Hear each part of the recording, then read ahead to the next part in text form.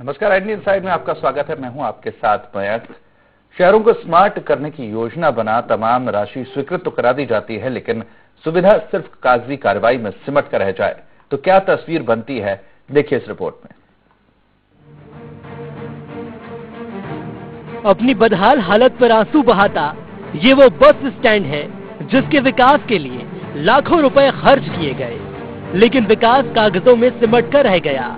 न तो यात्रियों के लिए प्रतीक्षालय बना, न ही सुरक्षा की दृष्टि से कोई इंतजाम। आलम यह है कि यात्रियों को घंटों खड़े होकर धूप बरसात में खुले आसमान के नीचे बसों का इंतजार करना पड़ता है। ये कोई जगह भी नहीं है, यहाँ पे धूप में ही खड़े रहते हैं हम लोग।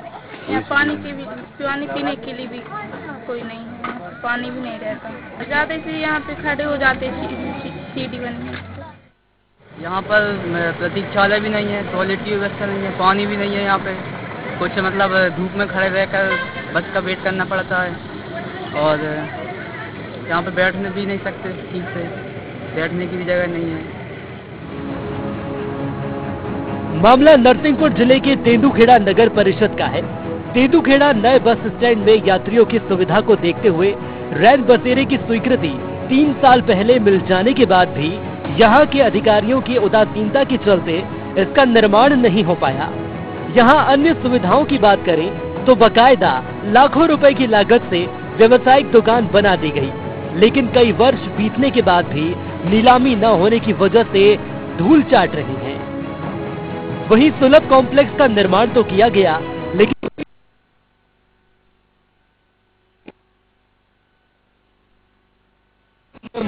सुनिए। बस स्टैंड पे यहाँ प्रतीक्षालय भी नहीं है और ये कॉम्प्लेक्स बना दिया है तो इसकी नीलामी भी नहीं हो रही, तो इसलिए खुले में दुकान लगाना पड़ता है, तो दुकान भर के ले जाना पड़ता है शाम को। इसकी आपने कहीं शिकायत की क्या? अभी तो की थी, लेकिन 2-3 बार की थी तो कुछ हुआ ही नहीं है। अभी ये प्रतीक्षालय बनी थी यहाँ पे, तो मटा दी गई है। यहाँ यहाँ पानी है ना, ये बैठने के लिए सुविधा है कुछ भी। यात्री बहुत परेशान होते हैं, यहाँ वहाँ बैठते हैं। मैं बस स्टैंड में गया हुआ था और मैंने देखा तो वाकई में वहाँ पर उतनी सुविधाएं जो होना चाहिए वो नगर परिषद मुहैया नहीं करवा पाया है। इसलिए मैंने तत्काल में जो एक बतौर वैकल्पिक व्यवस्था हम तत्काल में जैसे पानी उपलब्ध करा दें, उनके बैठने के लिए समुचित संसाधन उपलब्ध करवा दें और स्वच्छता विशेष करके, तो ये 3 चीजें जो मैं तत्काल करवा सकता था ये मैंने करवाई है वहाँ पर।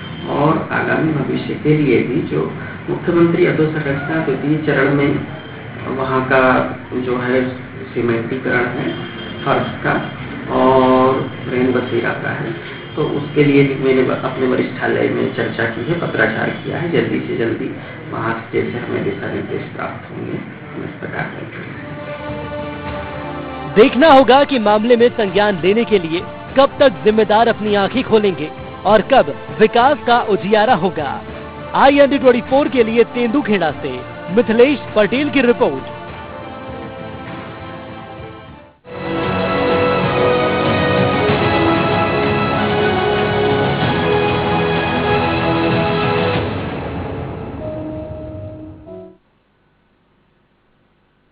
तो तेंदुखेड़ा का ये बस स्टैंड अपनी बेबसी पर आंसू बहाता हुआ नजर आ रहा है। यहाँ पर किसी भी तरह की कोई सुविधा यात्रियों के लिए यहाँ पर नजर नहीं आ रही है, जबकि यहाँ पर तमाम तरह के निर्माण भी किए गए, लेकिन अभी तक जिस तरह की सुविधाएं मिलनी चाहिए थी वो नहीं मिल पा रही हैं। इस खबर पर ज्यादा जानकारी के लिए हमारे संवाददाता मिथिलेश हमारे साथ जुड़े हुए हैं। मिथिलेश, जिस तरह से अगर बात की जाए बस स्टैंड पर तमाम तरह की सुविधाओं का वादा किया गया था, दावा किया गया था, लेकिन जिस तरह की तस्वीरें वहां पर दिखाई दे रही हैं, ना तो वहां पर शेड है कि जो चिलचिलाती धूप पड़ती है उससे बचा जा सके, या फिर बरसात में भी कितनी परेशानी वहां पर होती होगी यात्रियों को, इसका अंदाजा लगाना भी इतना मुश्किल नहीं है क्योंकि इतनी ज्यादा परेशानी वहां पर हो रही है। लेकिन इसके बावजूद वहां पर जो सुविधाएं हैं वो क्यों नहीं मिल पा रही हैं?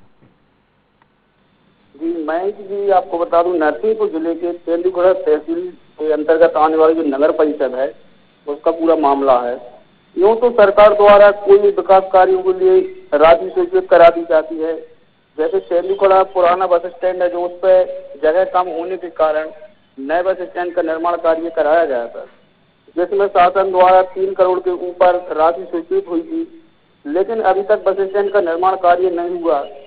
जैसे कि यात्री अगर आते हैं बस के लिए इंतजार करना पड़ता है, तो धूप में बरसात में खड़े रहते हैं। ना तो वहाँ पर समतीकरण किया गया है, ना ही प्रतीक्षालय बनाया गया है। जैसे यहाँ प्राइवेट में 4 से 5 स्कूल हैं, जो गाँव से बच्चे आते हैं, छात्र छात्राएं, वह भी बस के इंतजार के लिए धूप में और बरसात में इंतजार करती हैं बस का जी। लेकिन कोई सुविधाएं नहीं मिल पा रही। जैसे कि यहाँ पर कॉम्प्लेक्स बनाया गया है शौचालय, तो उसमें ताला पड़ा रहता है, ना तो कोई चौकीदार की व्यवस्था की गई है। अगर कोई बाहर आदमी आएगा उसको जाने के लिए कोई व्यवस्था ही नहीं है जी। जैसे कि यहाँ शटरें बनाई गई हैं, अभी तक उन शटरों का नीलामी नहीं की गई है, जिससे कि दुकानदार भी परेशान हो रहे हैं। जी बिल्कुल मिथिलेश, हम आपके पास वापस लौटेंगे। अभी हमारे साथ में ग्रामीण दुकानदार कुलदीप खटीक जुड़ गए हैं। कुलदीप जी, जिस तरह से ये जो पूरा मामला है बस स्टैंड का, यहाँ पर ये दावा किया गया था कि ये नया बस स्टैंड बनेगा तो तमाम तरह की सुविधाएं मिलेंगी, लेकिन जैसी तस्वीर हमने देखी है वहां से बिल्कुल उलट नजर आ रहा है। यहाँ पर किसी तरह की कोई सुविधा नजर नहीं आ रही है। कितनी परेशानियों का सामना यहाँ पर करना पड़ता है? सर, इधर परेशानियां जी हैं कि मतलब प्रतीक्षालय जो बनी थी वो भी मिटा दी गई है और स्टैंड जो बन रहा था वो भी नहीं है जी। वो जो शटरें बनाई गई हैं उनको अभी तक नीलाम नहीं किया गया जी। तो इस पूरे मामले और जी जी और भी तरह की परेशानियां हो रही हैं। ना उधर पानी की व्यवस्था है, ना उधर किसी को बैठने की व्यवस्था है जी। तो इतनी ज्यादा परेशानियां यहाँ पर हैं, आप लोगों के द्वारा इस मामले की शिकायत अधिकारियों से की गई? तो उसकी कोई सुनवाई नहीं है ना जी। अपन ने हरकत जी मतलब वो की है, उधर में सुनवाई की कोई वो नहीं है जी। तो अधिकारी क्या कुछ कह रहे हैं इस पूरे मामले पर? क्या इस तरह पर निर्माण की बात कह रहे हैं या फिर किसी तरह का आश्वासन अभी तक मिला है आप लोगों को? कुछ नहीं मिला। और जैसे पहले पुराना स्टैंड था जी, उधर हर तरह की व्यवस्था थी, उधर सब मिटा दिया गया जी। ना उधर भी नहीं है कुछ जी। उधर जो व्यापारी लोग थे वो भी परेशान हो रहे हैं। पुराने बस स्टैंड पर धंधा ही नहीं रहा जी। तो जो पुराना बस स्टैंड था वहां पर आप बता रहे हैं कि वहां पर सारी सुविधाएं थी, तो उसके बावजूद उसको पुराने बस स्टैंड को हटाकर नया बस स्टैंड क्यों बनाया गया? नया बस स्टैंड बनाया तो है मगर उधर कुछ व्यवस्था नहीं है और ले गए, ये तो अपन को भी नहीं पता। जी जी। चलिए, शुक्रिया हमसे जुड़ने के लिए, बात करने के लिए। मिथिलेश हमारे साथ जुड़े हुए हैं। मिथिलेश, जिस तरह से बात की जाए पुराना बस स्टैंड, जैसे कि जो स्थानीय दुकानदार हैं, ग्रामीण हैं, वो बता रहे हैं कि वहां पर सारी तरह की सुविधाएं थी, तो वहां पर उस बस स्टैंड को हटाकर नया बस स्टैंड बनाया गया, ये वादा दावा करके कि यहाँ पर सारी सुख सुविधाएं दी जाएंगी, लेकिन जो सुख सुविधाएं पुराने बस स्टैंड में मिल रही थी वो भी यहाँ पर नहीं मिल रही हैं। तो फिर आखिर यहाँ पर ये बनाया क्यों गया है और जो राशि स्वीकृत हुई है उसका आखिरकार किया क्या गया है? जी, मयंक जी, जो पुराना बस स्टैंड था तो उस पे क्या भोपाल, जबलपुर और यहाँ नरसिंहपुर, सागर, गाड़ावाला जी सारी बसें आया करती थी। जगह कम होने के कारण ही नए बस स्टैंड का निर्माण कार्य कराया गया था जी। और जब अधिकारियों से अपन बात करते हैं कि राशि स्वीकृत हो गई, फिर भी क्यों निर्माण कार्य नहीं किया जा रहा था, तो अधिकारी गोलमाल करके जवाब देते हैं कि राशि स्वीकृत तो हुई है लेकिन राशि नहीं आई है। कभी बोलते हैं राशि आ गई है, निर्माण कार्य चालू है, ऐसा करके गोलमोल करके जवाब देते रहते हैं जी। जी। तो लगातार इतने समय से ये इसका निर्माण कार्य अधूरा पड़ा है, परेशानी हो रही है, तो उसको लेकर चलिए आपके पास एक बार फिर से जोड़ेंगे। हमारे साथ में नीलम चौहान, नगर परिषद सीएमओ, जुड़ गए हैं। नीलम जी, आपसे मैं जानना चाहूंगा, जिस तरह से ये जो पूरा बस स्टैंड का मामला है, नया बस स्टैंड बना है लेकिन वहां पर जो सुविधाएं मिलनी चाहिए थी वो वहां पर नहीं मिल रही हैं, क्या वजह है कि इसको करोड़ों रुपए की राशि इसमें उसकी स्वीकृत हुई थी लेकिन अभी तक इसका निर्माण कार्य पूरा नहीं हो पाया है? जी जी जी। देखिए, विगत 5-6 दिवस पूर्व ही मेरे द्वारा नगर परिषद तेंदूखेड़ा का प्रभार लिया गया है जी। साथ ही तत्काल में यानी प्रथम दिवस ही मेरे संज्ञान में ये जानकारी आई हुई थी जी। तो मैं तुरंत वहाँ पर बस स्टैंड जाकर के मैंने देखा तो वाकई में थोड़ा स्थिति तो वहाँ की गंभीर है जी। तो मैंने उसमें तत्काल में बतौर वैकल्पिक व्यवस्था में जो चीज वहाँ पर कर सकता हूँ, तो मैंने तुरंत में पानी के लिए टैंकर वगैरह भिजवाए, साफ सफाई करवाए, जो वहाँ सुलभ शौचालय वगैरह है उसकी सफाई करवाया। तो जो मैं फास्ट रिलीफ जो होता है कहना चाहिए तत्काल वाला, तो वो मैं उपलब्ध करा चुका हूँ। बाकी सीएम इंफ्रास्ट्रक्चर सेकेंड फेज में है वो बस स्टैंड का जो विस्तारीकरण और निर्माण कार्य, तो उसके संबंध में मैंने वरिष्ठालय से पत्राचार भी किया है कि उस संबंध में जो है हमें राशि का आवंटन अभी नहीं हो पाया है।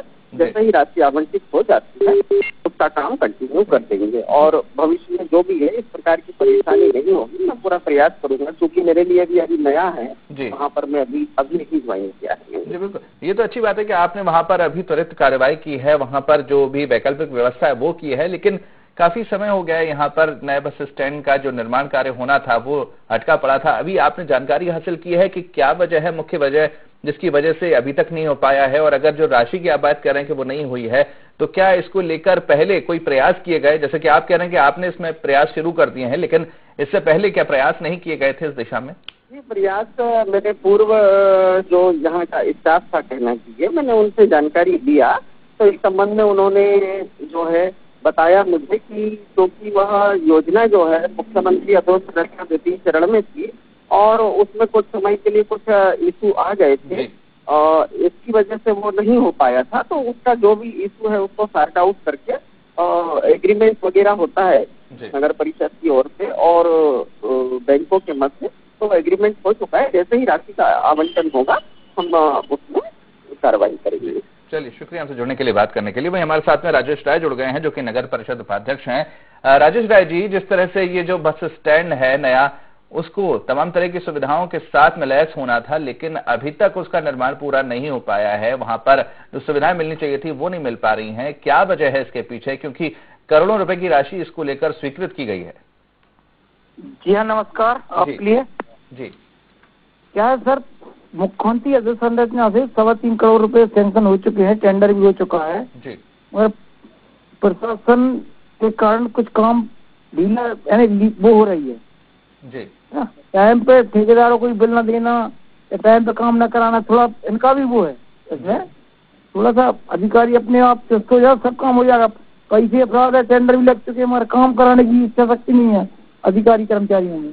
जी, तो ऐसा क्यों है कि वहां पर जो काम होना चाहिए था उसमें इच्छा शक्ति क्यों अधिकारी नहीं दिखा रहे हैं? क्या वजह इसके पीछे? क्योंकि करोड़ों रुपए की राशि जब स्वीकृत हो चुकी है, जो परेशानी लोगों को लगातार यहाँ पर उठानी पड़ रही है, क्योंकि पुराने बस स्टैंड जो कि खत्म कर दिया गया है वहां पर सुविधाएं मौजूद थी। जब जगह कम पड़ी तो आपने नया बस स्टैंड बनाया, लेकिन वहां पर जो सुविधाएं मिलनी चाहिए थी वो नहीं मिल पा रही हैं अभी। जी हाँ, वो इनको हम लोगों को तो खैर 1 साल हो गया, मगर हम लोग बार बार उनको बोलते भी हैं। जी, एक यात्री प्रतीक्षालय बनाता तो प्रशासन ने अपनी मनमर्जी से उसको तोड़वा दिया। जी, पानी की टंकी बनाई थी, वो उसको सुविधा नहीं है अगर कुछ। भाई आम जनता परेशान है उसमें। जी, बार बार अपन बोलते हैं, सुनने वाला कोई नहीं है। तो क्या कुछ आश्वासन मिलता है? क्या कुछ कार्रवाई की बात इस पूरे मामले पर की जाती है? बोलते तो सब मगर करें तो वो जी, तो कोई यहाँ पर कार्रवाई नहीं की जा रही है। चलिए, शुक्रिया आपसे जुड़ने के लिए, बात करने के लिए। हमारे संवाददाता मिथिलेश हमारे साथ जुड़े हुए हैं। मिथिलेश जी, जिस तरह से लगातार वही बात बार बार सामने आ रही है कि कई बार बोल चुके हैं लेकिन कार्रवाई नहीं की जा रही है, अपनी मनमर्जी वहां पर चलाई जा रही है, क्या वजह है इसके पीछे? क्योंकि कई बार ग्रामीण भी शिकायत कर चुके हैं, कई लोग शिकायत कर चुके हैं, और अभी जिस तरह से अभी हमारी बात हुई थी, उन्होंने क्या से अभी पदभार संभाला है, वो तुरंत उन्होंने इंतजाम किए हैं। तो जो वादे उन्होंने किए हैं कि अभी जो इंतजाम किए गए हैं, क्या वो वहां पर अभी शुरू हो पाए? जी मयंक जी, जो नगर परिषद सीएमओ तो ने नया प्रभार लिया है, अभी कल मेरी उनसे बात हुई थी, तो उन्होंने तत्काल एक्शन में लिया और वहां जाके थोड़ी बहुत व्यवस्थाएं की हैं, लेकिन सिर्फ थोड़े समय के लिए हर सीएमओ आके व्यवस्थाएं कर देता है। अंत में निर्णय यही होता है कि कोई उस पर निगरानी नहीं करता है, ना तो उस पर कोई अधिकारी पहुंच